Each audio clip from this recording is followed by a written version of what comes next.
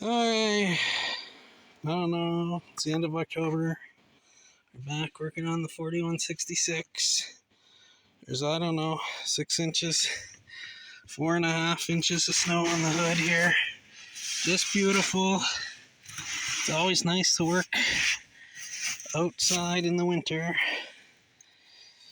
So anyways, here we are. There we go. There's a good representation. So I don't know what that is. 4.5, let's say. Some of it's melted too because it's actually somewhat warm today. So I lost the front steering. So I checked the cylinder on the side. I'll show you in a second. It seems to be fine.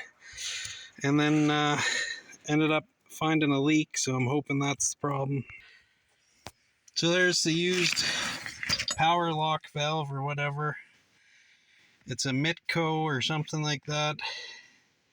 There's part numbers. But it's actually owned by Wabco now. So it's 06-460-570.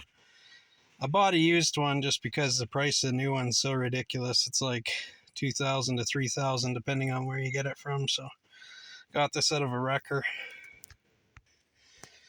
So the nice part about this is you got to take this 300-pound hood off.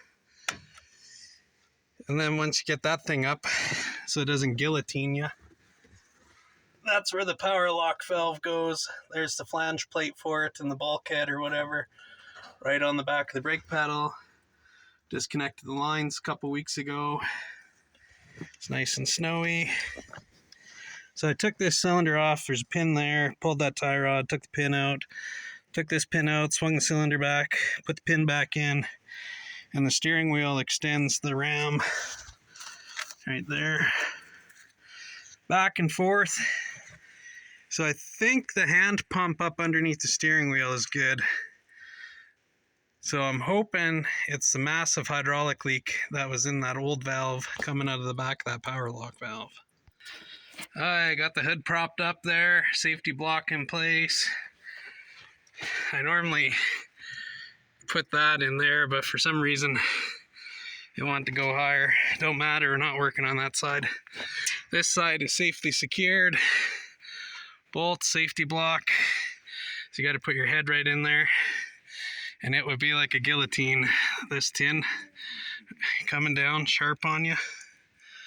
So anyways, there we go. Gonna go get that power block valve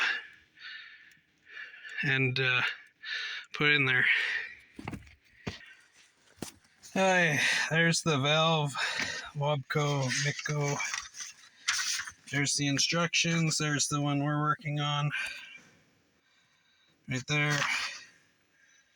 Don't know where the phone won't focus. So basically, there's the parts to it. Yes, I've had the old one apart. It's not got serviceable pieces in it. You can get a couple gaskets and a couple O-rings and that kind of thing in this rubber boot, but for the most part, if they're scoring, which is what mine had, there's nothing you can do about it. So then here's the bleeding schematic. So right now, you got to get I think it's 3/8 hose and go from that T to that T, and that is for bleeding purposes. And then if you pause, you might be able to read that. I don't know. It's not focusing. Number one complaint on these tractors is guys don't understand the steering and the brakes. It's really quite easy. This is open center. This is supply. This is return to sump. So, this is supply, this is return to sump. So you got constant hydraulic pressure up here. This just is a pass through and goes back down towards the back. This here is the brakes. So you take this off and put the hose between there, and then you bleed the brakes in a particular order, and you start at the back, and I can't remember if it's right rear or right left, and then you come to the front and do the same thing. So there is a procedure on what one you have to do first, but that gives you constant flow to your brakes. Open center goes back to the rear steering valve. I think there's a check valve between the two. Front steering is off of the MCV. There's a small 9 gallon per minute pump on this MCV valve.